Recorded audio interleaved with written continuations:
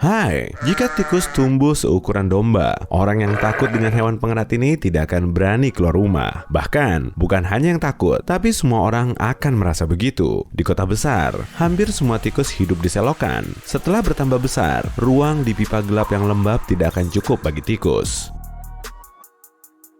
Suatu malam, para tikus naik ke jalanan dan dunia kita mulai kacau. Menghitung domba dan tikus pada malam hari juga tidak akan membantumu terlelap. Kebanyakan orang bekerja, makan, bersosialisasi, dan menikmati hidup di siang hari. Kita tinggal di gedung tinggi, dikelilingi lingkungan bersih dan cahaya matahari. Itu berarti hidup tikus berbanding terbalik. Saat malam tiba, tikus bangun.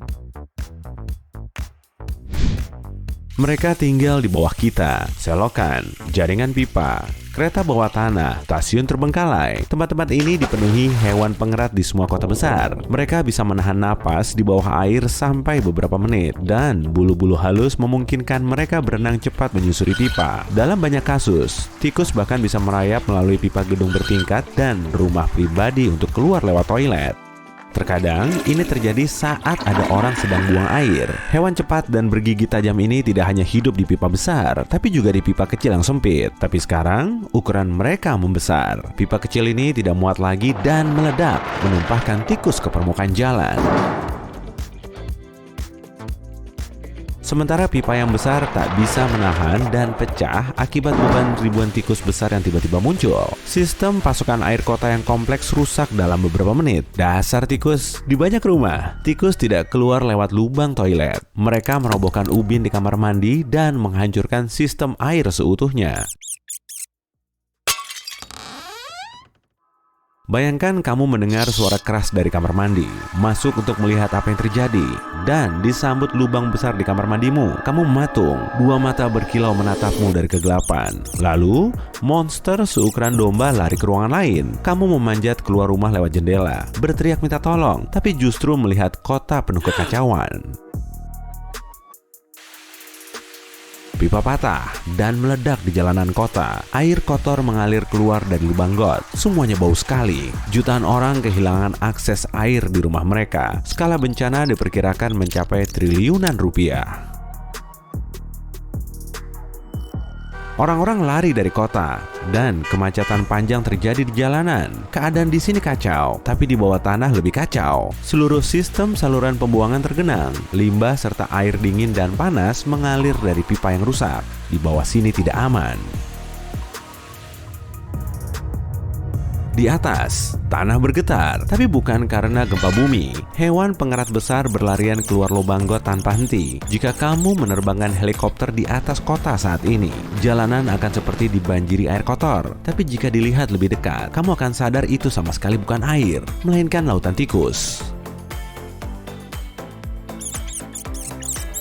Tingkat reproduksi tikus di luar nalar. Satu pasangan bisa melahirkan 14 anak tikus dalam sebulan. Dan dalam 2 bulan selanjutnya, bayi-bayi yang baru lahir sudah cukup dewasa untuk mereproduksi dirinya sendiri. Dalam setahun, satu pasang tikus menghasilkan 14.000 keturunan. Dan ini terjadi di selokan selama berabad-abad. Menghitung jumlah tikus di bumi terbilang mustahil. Mereka pandai sekali bersembunyi di tempat gelap dan lembab. Tapi di New York saja misalnya, ada sekitar 2 juta tikus.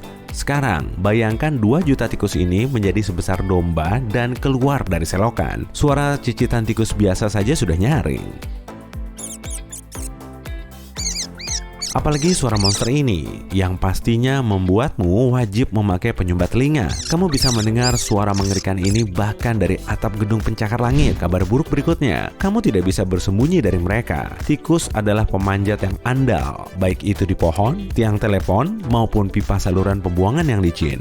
Kaki mereka yang bercakar tumbuh lebih besar dan lebih kuat sekarang. Tikus normal bisa berlari dengan kecepatan 13 km per jam. Sekarang, mereka bisa berlari secepat kuda. Pada malam hari, mereka biasa merangkak keluar dari selokan untuk mencari makan di tong sampah. Sekarang, porsi mereka bertambah. Faktor terparah dari para pengerat ini adalah gigi mereka. Tikus punya gigi seri super kuat dan tajam yang tidak pernah berhenti tumbuh. Tikus perlu mengunyah sesuatu untuk mengikis gigi mereka. Aluminium, kayu plastik, tikus bisa menggerogoti hampir apa saja. Dan kini, gigi mereka sebesar pisau dapur. Mereka bisa memakan seluruh kota.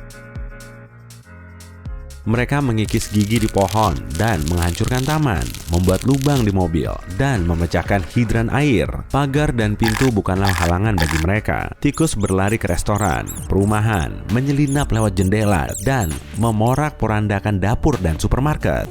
Banyak orang takut hanya oleh ekor pink tikus yang panjang itu. Ekor ini membantu tikus menjaga keseimbangan dan suhu tubuh. Tapi kini, fungsinya menjadi seperti cambuk. Mereka dengan mudah menjatuhkan orang dengan sekali sambaran. Tikus juga sangat pintar. Kumis mereka berfungsi memindai lingkungan dan memilih jalan. Mereka dengan mudah menemukan jalan keluar dari labirin manapun dan tidak masuk ke perangkap. Jika kamu memberinya makanan beracun, tikus akan menggigit kecil, merasa mual, dan tidak akan pernah terpikat pada umpan ini lagi. Itulah sebabnya racun tikus tidak begitu mempan melawan mereka. Selain itu, dari berbagai aspek, tikus adalah hewan yang sangat gesit dan kuat. Mata mereka tidak hanya mampu melihat apa yang terjadi di samping dan di depan, tapi juga di atas mereka. Ini membantu mereka melarikan diri dari burung pemangsa. Tapi bukan berarti mereka takut pada semua burung. Tikus bisa memburu merpati dan burung pipit. Di beberapa negara, mereka menekan populasi spesies langka dengan mencuri telurnya dari sarang. Kini, burung apapun bisa menjadi makan malam sang pengerat besar ini. Tikus memiliki pendengaran yang baik. Mereka mengenali suara berfrekuensi tinggi yang tidak bisa didengar manusia. Jika binatang besar ini mengejarmu, kamu tidak bisa lari darinya. Meski bersembunyi dengan baik, mereka bisa mendengar napasmu. Tapi yang lebih buruknya, mereka membawa banyak penyakit. Tikus mengais sampah, limbah, dan tempat tinggal banyak bakteri berbahaya. Hewan-hewan itu terinfeksi dan menularkan semuanya ke manusia. Nah, ketika tidak lagi takut pada kita, tikus menyebar ke seluruh dunia lebih cepat. Mereka tidak perlu bersembunyi di selokan lagi. Jika tidak bisa menangani mereka, kita yang harus pergi ke bawah tanah. Saat tikus mencapai dermaga, mereka bisa menyerang kapal, menggerogoti geladak, dan memakan apapun yang bisa dimakan. Para pelaut ikut lari ketakutan. Seseorang menyalakan mesin kapalnya dan mencoba kabur lewat air. Tapi beberapa tikus berhasil naik ke kapalnya. Kemanapun perahu itu pergi, ancaman tikus akan menyebar di sana. Perjuangan umat manusia melawan gelombang hama ini bisa berlangsung beberapa dekade. Tapi masih ada harapan, berkat sahabat manusia. Selama berabad-abad, anjing membantu manusia melawan tikus. Anjing adalah pemburu terampil, dan yang terpenting, manusia bahkan sudah membiarkan anjing yang khusus dilatih untuk memerangi pengerat bandel. Selama bertahun-tahun, tikus mengembangkan rasa takut bawaan terhadap anjing. Kini, bayangkan ada gelombang besar monster abu-abu ini. Mereka meluluh lantakan apapun. Pekikan mereka menenggelamkan jeritan orang dan klakson mobil. Mereka menguasai jalanan dan bergerak tanpa henti. Tiba-tiba, seekor anjing kecil muncul di depan kerumunan. Dia tanpa takut berdiri di tengah jalan dan melihat ombak yang mendekat. Para tikus juga melihat anjing itu dan berhenti. Suara mencicit berkurang dan suasana menjadi tenang. Kemudian, gonggongan pendek dan keras terdengar. Para hama mundur karena bingung dan berlarian. Melihat ini, manusia keluar dari tempat persembunyian dengan membawa anjing mereka. Bersama-sama, mereka berhasil mengusir ancaman keluar kota. Tapi semua orang tahu ini belum berakhir. Tidak ada yang bersorak-sorai. Manusia menatap cakrawala dengan tatapan dalam dan suram. Tapi seketika, mereka melihat hal baik yang telah dilakukan tikus. Jalanan kota bersih, para pengerat memakan dan membawa semua sampah. Tikus berukuran biasa membantu manusia menyingkirkan sampah organik yang menyelamatkan kota dari bau busuk.